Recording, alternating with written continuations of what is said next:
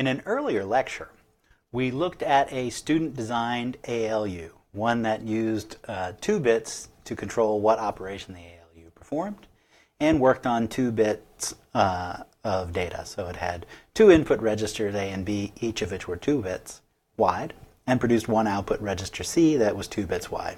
It also produced a couple output flags, one for the sign, one for whether or not the result was 0, and one for the carry of addition operations.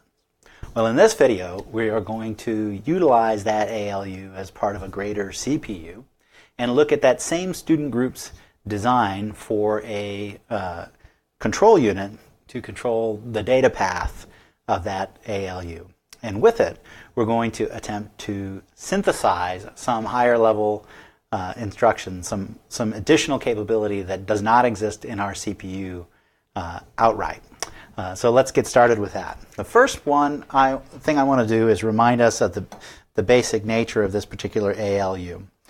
Here's the ALU, and it's 2 registers of input, each of which are 2 bits wide. So we're feeding A and B into our ALU at any given moment.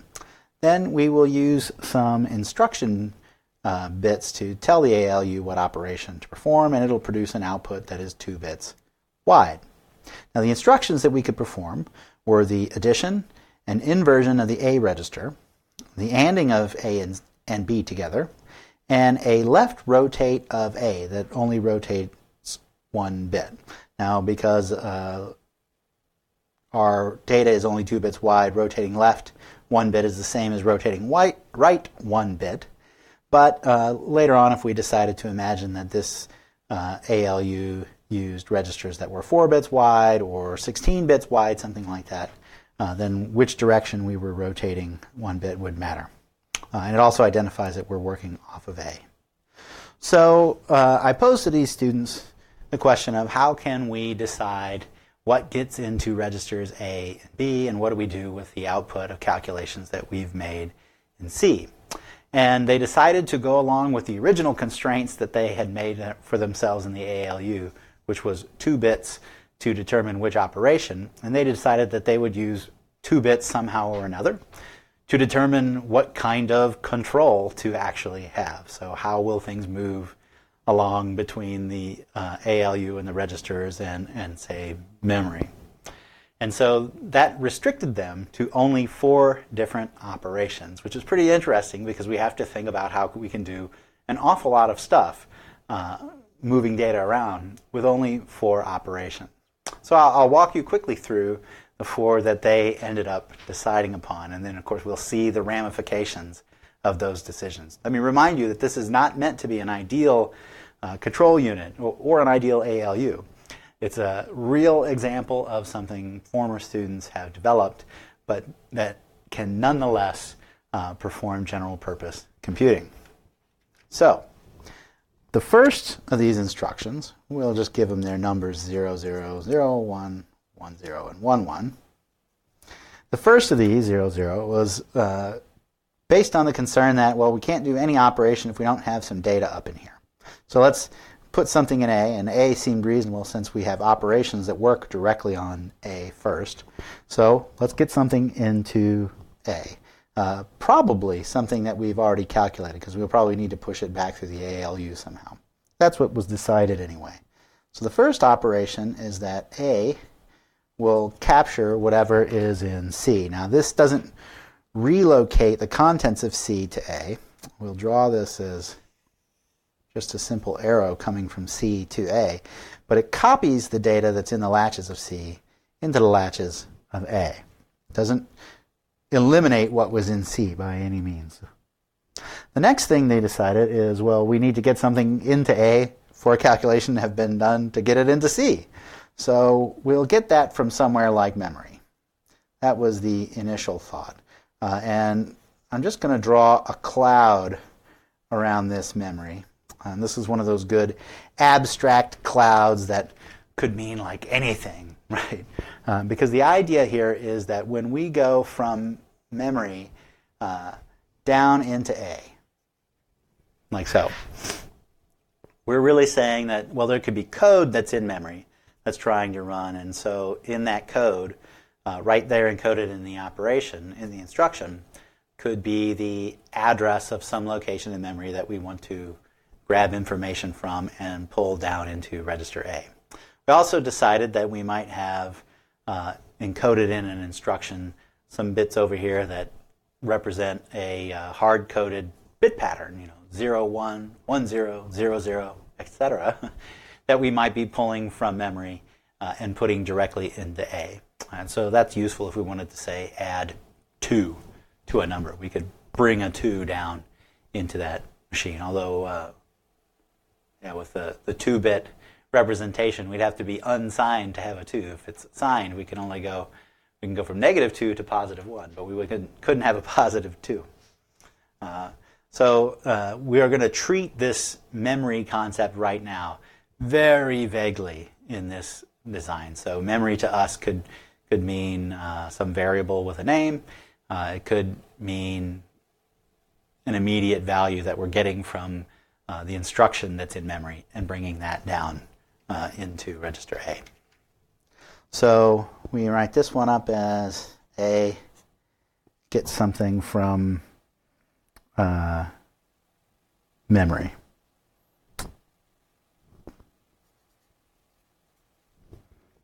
All right. The next thing we'll do is we'll have, once we calculate something, maybe we brought some variables from memory down in here and we did some calculations. We want to store the results back into memory.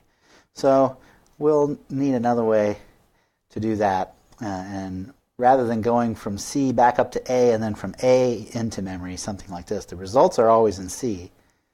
So let's move from C into memory. All right, so there's an instruction.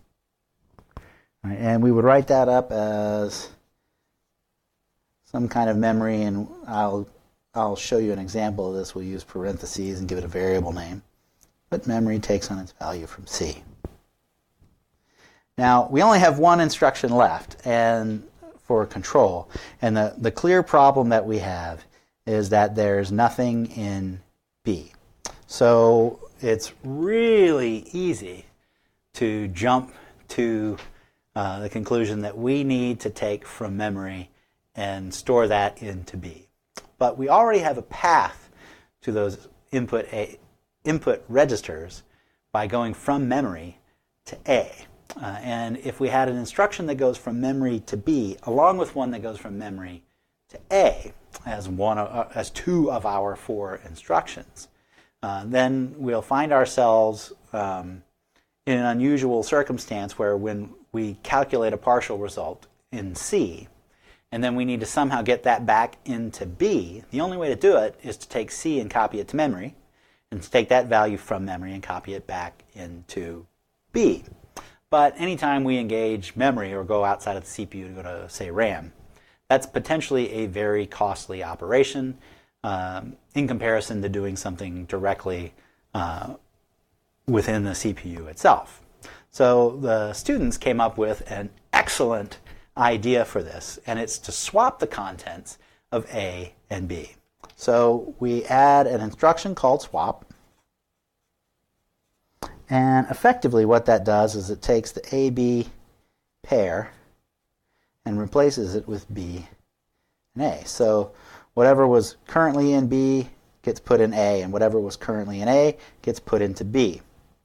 Much like the little 3-line swap that people are used to writing in code, except that we don't have to have an intermediary stopover, because with the wiring we can just go in both directions with separate pairs of wires. So this would have to be probably 4 bits wide. I'm not going to draw that in there.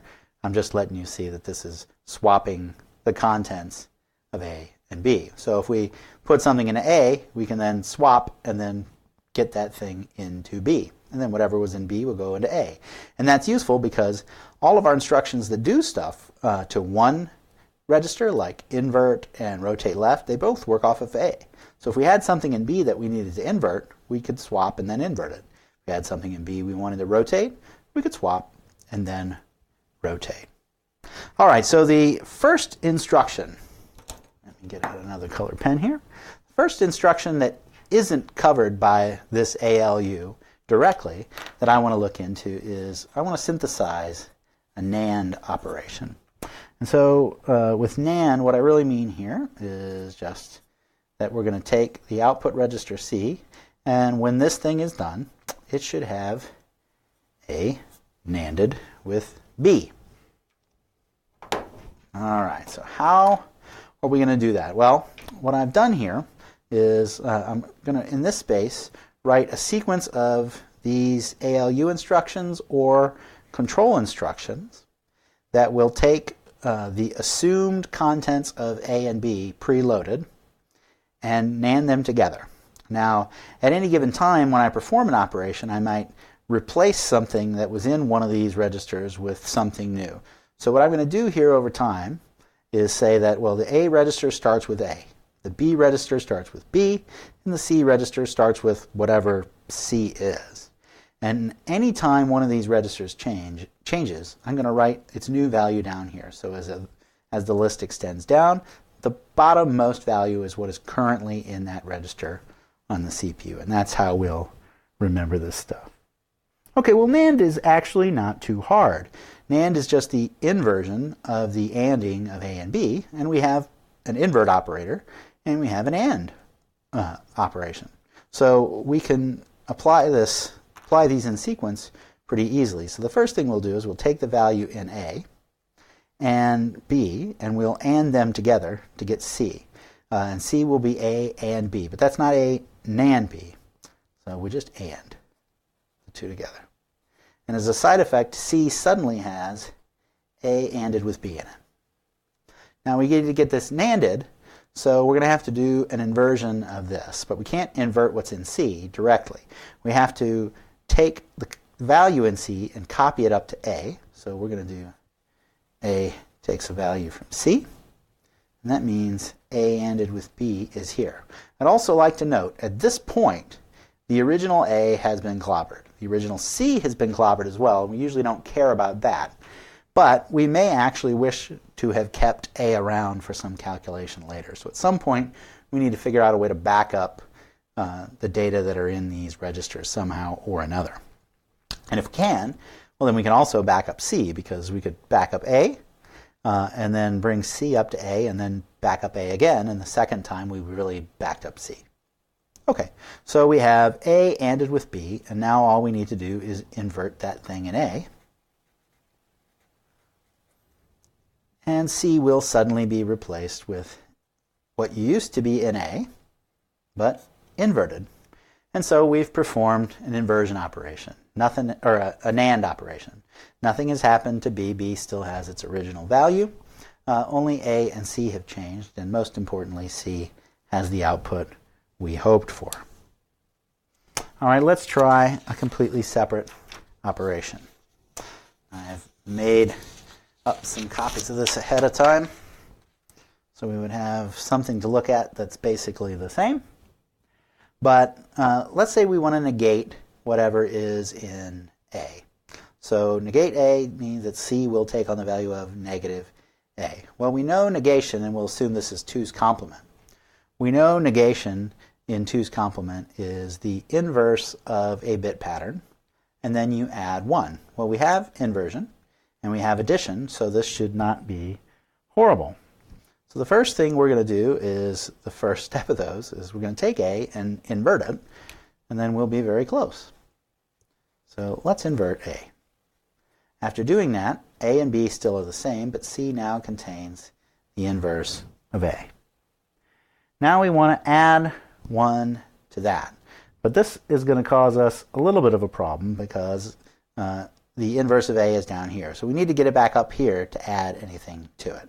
So let's take A and replace it with what's in C. So now we have the inverse of A in register A. They're the inverse of the original A. All right, now we need to add 1. Now the only way we can get that immediate 1 in here is to bring it from memory, from some instruction. But we don't want to clobber our inverse of A.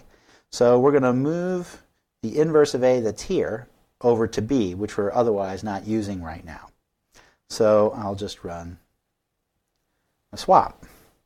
As a side effect, we get whatever was in B here, and B contains the inverse of A now. All right, so we've got the inverse of A here. We need to get 1 here so that we can add 1 to the inverse of A to negate. So we got to get that from memory in this case because we're getting it directly out of an instruction as an immediate value. So the way we'll write that up is something like this.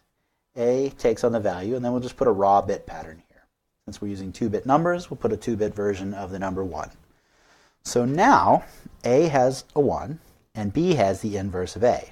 And since the inverse of something plus 1 is its negative, all we have to do now is add. Once we've added, C will now contain negative A.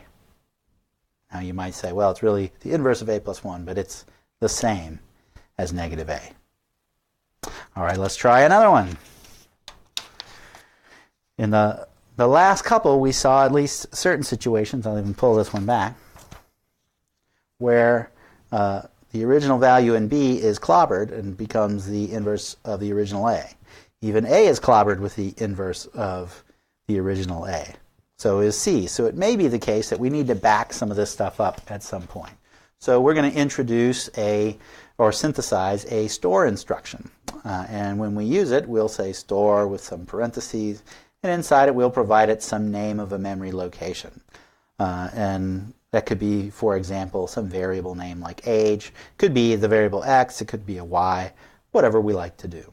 And all we're really saying is that whatever is in C is going to get routed back into this memory location. And the reason we chose C is because most of the time that we're going to store something in memory is because we've calculated a result and now we want to back that result up. And that's the reason we had this path here in the first place in our control unit, right? We didn't go from A directly up. So I don't want to store A into memory or store B into memory. I'm going to store C into memory. That just means that once this exists, if I need to back up A, I'll have to do something. Oh, you know what? This is going to be boring. To go from C to memory is going to be insanely boring because we'll just use the C goes to memory instruction. Actually, so let me make that more interesting. Let's go from A to memory. So we could obviously go from C to memory. I just pre-wrote the wrong letter up here. We can obviously go from C directly to memory using this instruction here. C goes to memory. But what if I want to back up A? And then later, of course, we could imagine, what if I want to back up B?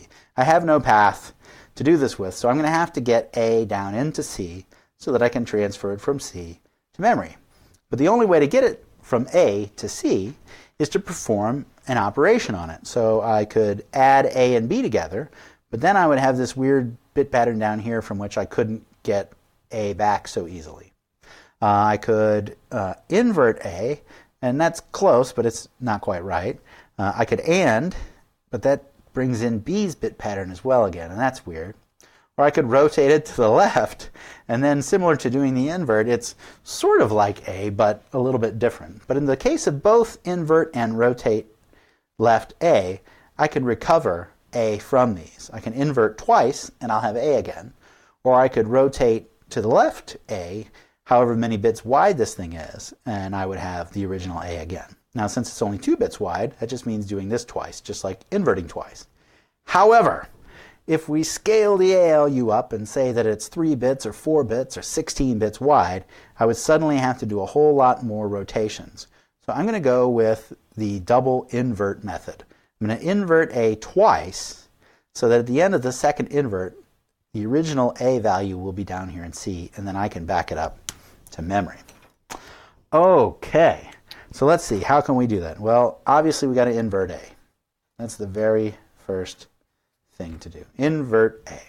When we invert A, C will have the inverse of A, and A and B will be the same.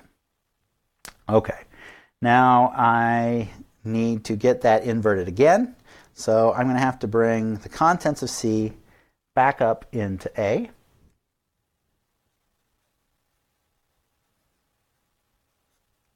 which means A now has the invert of the original A. And then I can invert it again. All right, now C contains original A, which seems pretty good. So from here, I can actually go straight from C to memory. So let's put this in memory. We'll call it X, and it gets its value from C. And we could stop here if we wanted, because we've at least accomplished this. We've taken what the original A value was and put it into X. But if we're doing this to back up one of these registers so that we can reuse it later, it would behoove us to sort of ensure that backing something up doesn't clobber a bunch of stuff. And right now, while C has taken on something new, and we're not going to care about restoring C, B is the same as it originally was, but A has been modified. So it actually is in our interest, because especially since it will be so simple, to restore A to its original value before we're done with this set of operations. And so we'll do that by just taking a copy of what is in C and moving it back into A. Now we would have this. So now we have a store function that will take whatever's in A and put it in whatever memory location we want. So if you want to store B, all you would have to do is swap first and then run the store function. I guess it would be nice if we called this store A, just to be in line with our other functions that identify that they work off of A. But otherwise, this is it. All right. Let's try another one here. Oops. Excuse me. Climb these back up. So in this time, what I want to do is something that seems very simple, but at least with the ALU design that we have and the control unit design that the students came up with for us. Doubling the value in A and putting that in C is going to be at least a little bit complicated. It's not so obvious. Now, doubling A is the same as A plus A, and that's the approach I'm going to take with this. There's really two approaches that are very obvious to me. One is to double A by adding A to A, and that's the approach I'm going to take. The other, which I think is in this case potentially a little easier, but I don't want to do that one for the video, would be to actually perform a left shift operation on A, because if you left shift A one bit, you'll have done the same as multiplying it by 2, and that's nice. And we can synthesize a left shift by doing a rotate left, and then using an AND with a bit mask that has a 0 in the low order bit to get rid of the low order bit, and that would have been a left shift. But I'm not going to do that because that is easy and in line with some of the other stuff that we've already done. I want to do something a little different here. So I want to say that this is the same as A plus A. I have to do A plus A. Well, that just means we're going off of the values that are in A and B already. So somebody has already put A here, the value of A, into A from an instruction in memory. If I only had a duplicate of it here in B, then I would be able to just call the add instruction and we'd be done.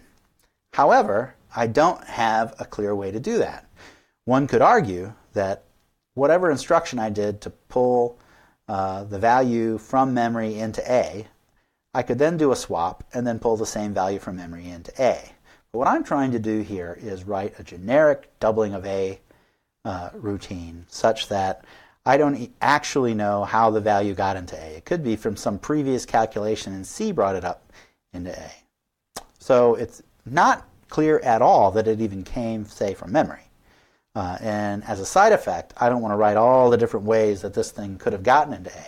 I just want to work with the idea that something is in A, I need to get a copy of it somehow into B, and then add those two together.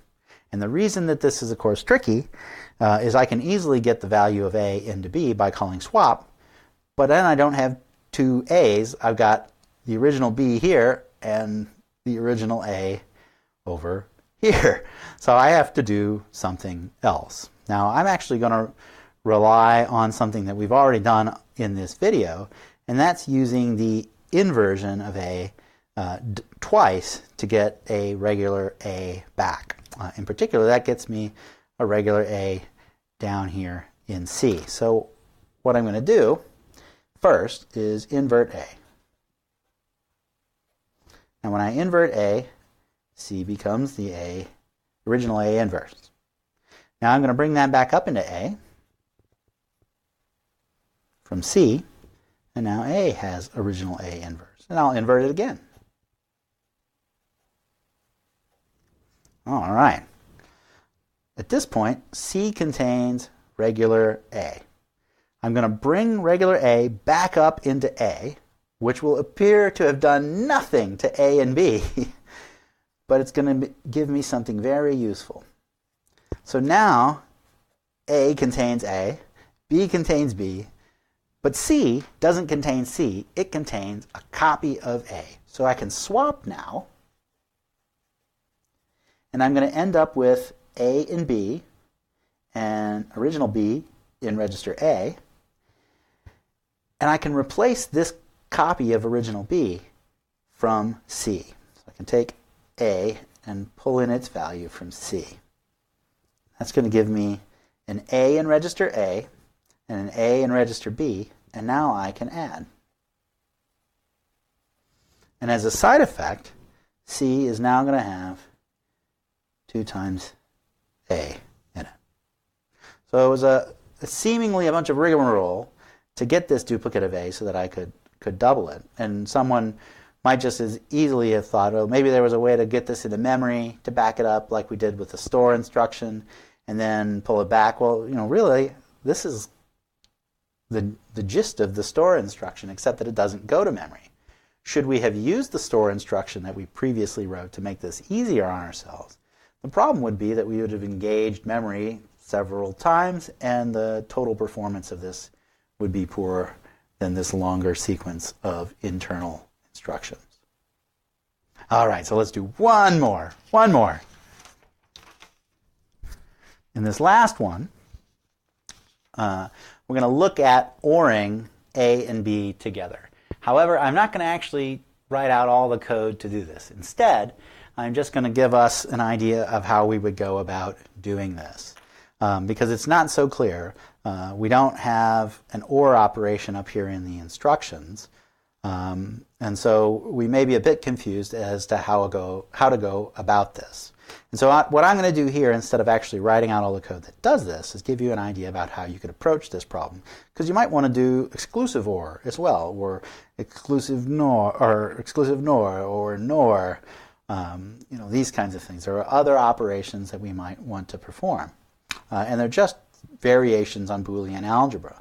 So what we need to do is find a way to represent A or B from a Boolean algebra perspective in terms of only ands and inversions. Right? And so we can do that pretty simply, and I'll have to refer you back to your Boolean equivalence laws, but effectively we could take A or B, and with the double negative law, we could say that that's the same thing as A ORed with B, negated 2 times in a row. In fact, we just performed a double negative in the last 2 operations that we wanted to perform. And so we could get something like this. Now, when we have something like that, we could apply De Morgan's law to this and then end up with the following. A inverse ANDed with B inverse, replacing this innermost NOR with an AND of 2 inverses, but then keeping the upper invert because we haven't done anything with it. Now I have a series of operations, invert A, invert B, AND them together, and invert the result, and that would effectively give me OR. So you can see we can do an awful lot with this control unit and ALU design that came from our former students. But it's not necessarily obvious how to do any particular thing. It takes some thought, and it takes a bit of paperwork to keep track of what is where.